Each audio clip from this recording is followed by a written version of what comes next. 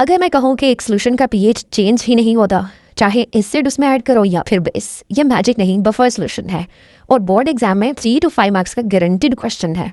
तो आज हम बफर सोल्यूशन को इतना सिंपल करेंगे कि आप कभी नहीं भूलेंगे और एग्जाम में डायरेक्ट मार्क्स लोगे। तो जस्ट कंडीशन एक ही है कि फोकस रहें, लेक्चर को एंड तक देखें।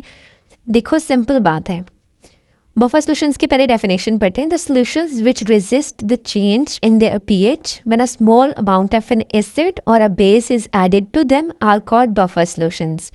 देखो बहुत ही सिंपल बात है। नॉर्मली अगर हम किसी सॉल्यूशन में एसिड या फिर बेस ऐड करते हैं तो पीएच जल्दी चेंज हो जाता है, लेकिन बफर सॉल्यूशन का पीएच ऑलमोस्ट सेम रहता है। इसलिए अगर आप डेफिनेशन को दोबारा से सिंपल वर्ड्स में देखें, बफर सॉल्यूशंस वो होते हैं जो थोड़ी सी एसिड या बेस के एडिशन पर अपना पीएच चेंज नहीं होने देते। ये जो लाइन है, resist the change in their pH, resist का मतलब है वो अपनी पीएच को चेंज नहीं होने देते। ठीक है, अगर आप ये लाइन लिखेंगे डेफिनेशन में, ये वो लाइन है जो एग्जामिनर ढूंढता है। अगर उसको ये लाइन मिल जाए, ये वर्ड्स मिल जाएंगे, तो आपके जो मार्क्स हैं वो फुल गारंटेड हैं। ठीक है, ओके, अब हम स्टडी करते हैं इसके कुछ टाइप्स।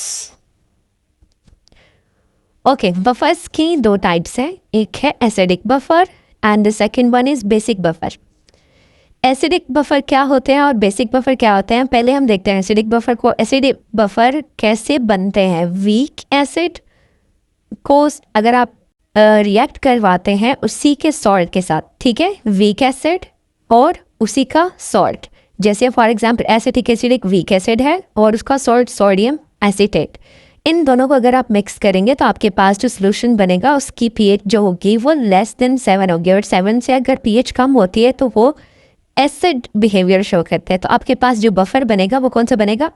एसिडिक बनेगा। ठीक है, इसी तरह से अगर आप बेसिक बफर्स को देखें तो बेसिक बफर्स कौन से बफर्स हैं? ये वो बफर्स हैं जो वीक बेस और उसी के सॉल्ट से बनते हैं। ठीक है, मतलब आपने याद रखना है, अगर एसिडिक बफर है तो फिर वीक एसिड और उसका सॉल्ट, और अगर बेसिक बफर है तो वीक बेस और उसका सॉल्ट। ठीक है, जैसे यहाँ पर वीक बेस ली है अमोनियम हाइड्रोक्साइड और उसका जो सॉल्ट है अमोनियम क्लोराइड ने लिया, इन दोनों को मिक्सअप किया तो आपके पास एक बफर बनेगा। ठीक है, अब हमने बफर तो देख लिया कि बफर बनता कैसे है। ठीक है, इसकी अब वर्किंग कैसे होती है, आप नेक्स्ट हेडिंग वर्किंग की डाल सकते हैं। ठीक है, पहले आपने डेफिनेशन लिखी, फिर आपने उसकी टाइप्स लिखी, टाइप्स में दोनों एसिड्स बफर्स बनते कैसे हैं, एसिडिक बफर और बेसिक बफर। अब आप 1 by 1 उसकी वर्किंग लिख सकते हैं। तो अब हम वर्किंग देखते हैं। तो आप यहाँ पर देखें एसिडिक बफर की वर्किंग पहले हम देखते हैं।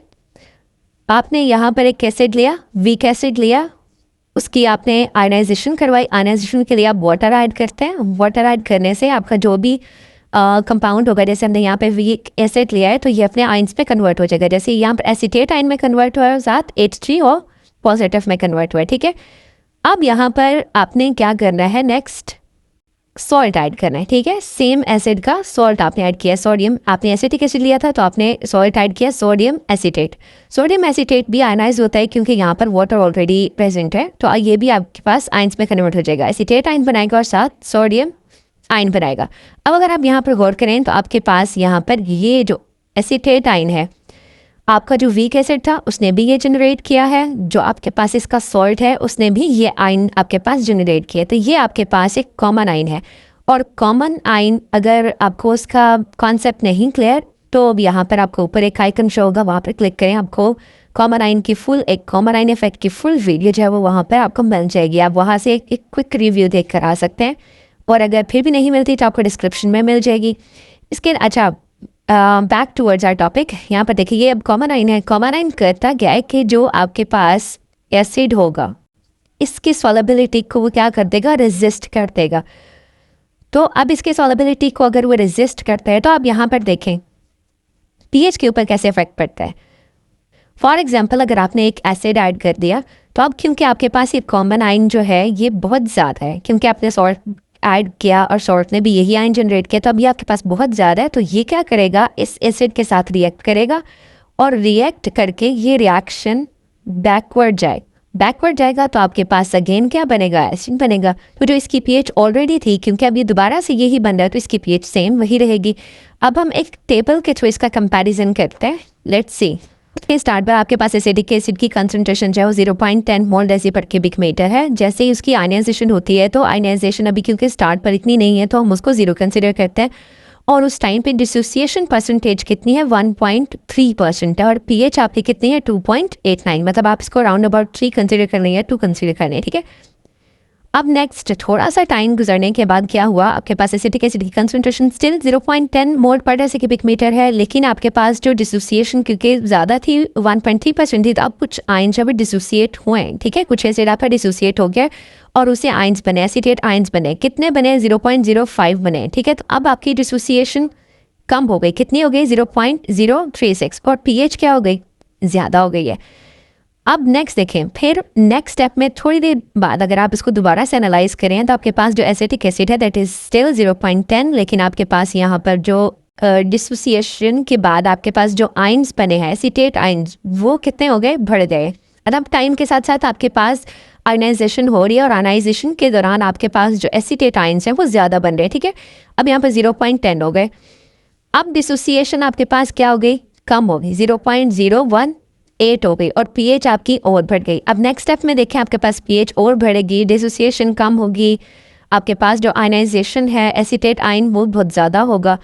अब इन सब चीज़ों से आपको समझ क्या आ रही है, जो मेन पॉइंट है हमारा मेन फोकस, हम यहाँ पर एसिटेट आयन और पीएच को कंपेयर करते हैं। एसिटेट आयन देखें यहाँ पर स्टार्ट में 0.0 था, लेकिन आहिस्ता आहिस्ता वो 0.15 तक उसकी कंसंट्रेशन चली गई, मतलब आपके पास ये जो आयन था वो बढ़ गया। फिर कैसे बढ़ा था, क्योंकि हमने इसमें सॉल्ट ऐड किया था और सॉल्ट की वजह से कॉमन आयन आ गया था, और कॉमन आयन होने की वजह से इस आयन की कंसंट्रेशन ज़्यादा बढ़ गई थी, ठीक है। लेकिन पीएच अगर आप देखें तो पीएच भी साथ साथ इंक्रीज हो रही थी। तो जब आपके पास आयन भी इंक्रीज हो रहे थे, पीएच भी इंक्रीज हो रही थी, और उस टाइम पे आपने कोई भी एक एसिड ऐड किया H3O पॉजिटिव, आप एसिड ऐड करते हैं तो ये रिएक्शन वापस से आपको क्या देगा, एसिटिक एसिड देगा, ठीक है। और एसिटिक एसिड की पीएच फिर कितनी होगी 2.89। ये जो एसिटिक एसिड है क्योंकि वो वीक एसिड है इसलिए ये दोबारा से डिसोसिएशन नहीं करेगा, तो आपकी जो पीएच होगी वो चेंज नहीं होगी, ठीक है। तो हमारा यही बफर का जो मेन करेक्टरिस्टिक्स है वो यही है कि ये पीएच को चेंज नहीं होने देते, ठीक है। बेसिक बफर की वर्किंग देखते हैं। यहाँ पर आपने एक वीक बेस लेना है और उसमें आपने ऐड करना है उसी का सॉल्ट। अब आपने वीक बेस दिया अमोनियम हाइड्रोक्साइड, अमोनियम हाइड्रोक्साइड के अंदर आयनाइजेशन होती है तो उसमें देखिए आपके पास अमोनियम आयन बनता है और साथ हाइड्रोक्साइड आयन बनता है। अब अगर आपने सॉल्ट को देखें, अमोनियम क्लोराइड, अगर इसकी आपके पास जो आयनाइजेशन होती है तो इसमें क्या बनता है, आपके पास अमोनियम आयन बनता है और अगेन क्लोराइड आयन बनता है, ठीक है। ये एक एक्स्ट्रा इसको कट करना है। अच्छा, अब यहाँ पर देखें, अब आपके पास अगेन यहाँ पर आपके पास कॉमन आयन जनरेट हुआ है, ठीक है, NH4 पॉजिटिव। अब इसकी कंसंट्रेशन क्योंकि बढ़ जाएगी और बहुत ज़्यादा हो जाएगी। अब अगर आप इसमें कोई एक बेस ऐड करते हैं, लेट्स सपोज हाइड्रोक्साइड ऐड करते हैं, तो आपका ये जो हाइड्रोक्साइड होगा ये क्या करेगा, इसको मैं चेंज करती हूँ। अब यहाँ पर देखिए, अब जब आपके पास हाइड्रोक्साइड आयन करेंगे तो ये हाइड्रोक्साइड क्या करेगा, रिएक्शन करेगा इस अमोनियम आयन के साथ। अमोनियम आयन के साथ रिएक्शन करेगा तो रिएक्शन आपका अगेन कहाँ जाएगा, रिवर्स डायरेक्शन में, और रिवर्स डायरेक्शन में जाकर क्या बनाएगा आपके पास अमोनियम हाइड्रोक्साइड, ठीक है। क्योंकि ये फिर वीक बेस है, वीक बेस होने की वजह से ये क्या करेगा, इसकी डिसोसिएट ही नहीं होगा, मतलब अगेन ये अपने आयंस में कन्वर्ट नहीं होगा। तो जब ये अपने आयंस में कन्वर्ट नहीं होगा तो इसकी जो पीएच ऑलरेडी थी वही रहेगी। तो मतलब आपने बेस ऐड भी की, स्टिल आपका जो बफर है उसकी पीएच चेंज नहीं हुई। अच्छा, हमारा नेक्स्ट स्टेप है एप्लीकेशंस। देखें, कभी भी अगर आप कोई भी टॉपिक स्टडी करते हैं तो आप अगर उनके कॉन्सेप्ट समझ जाते हैं तो उसके बाद आपका जो मेन पहला स्टेप होना चाहिए वही होना चाहिए कि आप उसको रियल लाइफ में देखें कि वो कहाँ पर इम्प्लीमेंट होता है, ठीक है। क्योंकि अगर रियल लाइफ में आप उसको इम्प्लीमेंट नहीं कर सकते then there is no use. तो चलिए देखते हैं कि रियल लाइफ में ये कहाँ पर यूज़ होता है। तो सबसे पहले ब्लड पीएच कंट्रोल सिस्टम्स में यूज़ होता है, मेडिसिन बनाने के लिए यूज़ होता है, ठीक है, लैब एक्सपेरिमेंट्स में यूज़ हो सकता है, सॉल्ट एनालिसिस के लिए, फिर केमिकल इंडस्ट्रीज़ में यूज़ हो सकता है, और बोर्ड में यहाँ से एक 2 नंबर का एक क्वेश्चन भी आ सकता है कि इसकी एप्लीकेशंस, बफर सॉल्यूशंस है उसकी आप एप्लीकेशंस बताएं कि कहाँ पर यूज़ होते हैं। तो अभी हम इनकी डिटेल्स में नहीं जा रहे, ठीक है, नेक्स्ट वीडियो में हम इनकी डिटेल्स पर भी बात करेंगे। अब हम अपना एक क्विक सा रिव्यू कर लेते हैं। बफर सॉल्यूशंस क्या होते हैं, वो सॉल्यूशंस होते हैं जो अपनी पीएच को रेजिस्ट करते हैं, पीएच चेंज को रेजिस्ट करते हैं, ठीक है, अपनी पीएच को चेंज नहीं होने देते। फिर हमने इसकी टाइप्स पढ़ी थी, acidic buffer and basic buffer. Acidic buffer क्या होते हैं, कैसे बनते हैं? हम एक वीक एसिड लेते हैं और उसी का सॉल्ट लेते हैं, उनको ऐड करते हैं, तो उससे बनने वाला जो भी सोल्यूशन होगा वो आपके पास एसिडिक बफर होगा और इसकी पीएच होगी <7। ठीक है, फिर उसके बाद हमने बेसिक बफर्स पढ़े। बेसिक बफर्स कैसे बनते हैं? आपके पास वीक बेस लें और उसमें आपने ऐड करना है, ये एल नहीं है, ठीक है, इसको आप रिमूव कर दें। इसी का सॉल्ट ऐड करना है। लेट्स सपोज आपके पास सॉल्ट जो है वो NH4Cl है, ठीक है। NH4Cl को आप इसमें ऐड करेंगे तो आपके पास जो सोल्यूशन बनेगा वो बेसिक बफर होगा और इस बेसिक बफर की जो पीएच होगी that will be more than 7। Okay, next video में मैं आपको बताऊंगी एक और केमिस्ट्री ट्रिक जो बोर्ड में बार बार आती है। अगर मिस नहीं करना चाहते तो अभी लाइक कर दें, चैनल को सब्सक्राइब कर लें और बेल आइकन प्रेस कर लें। Thank you.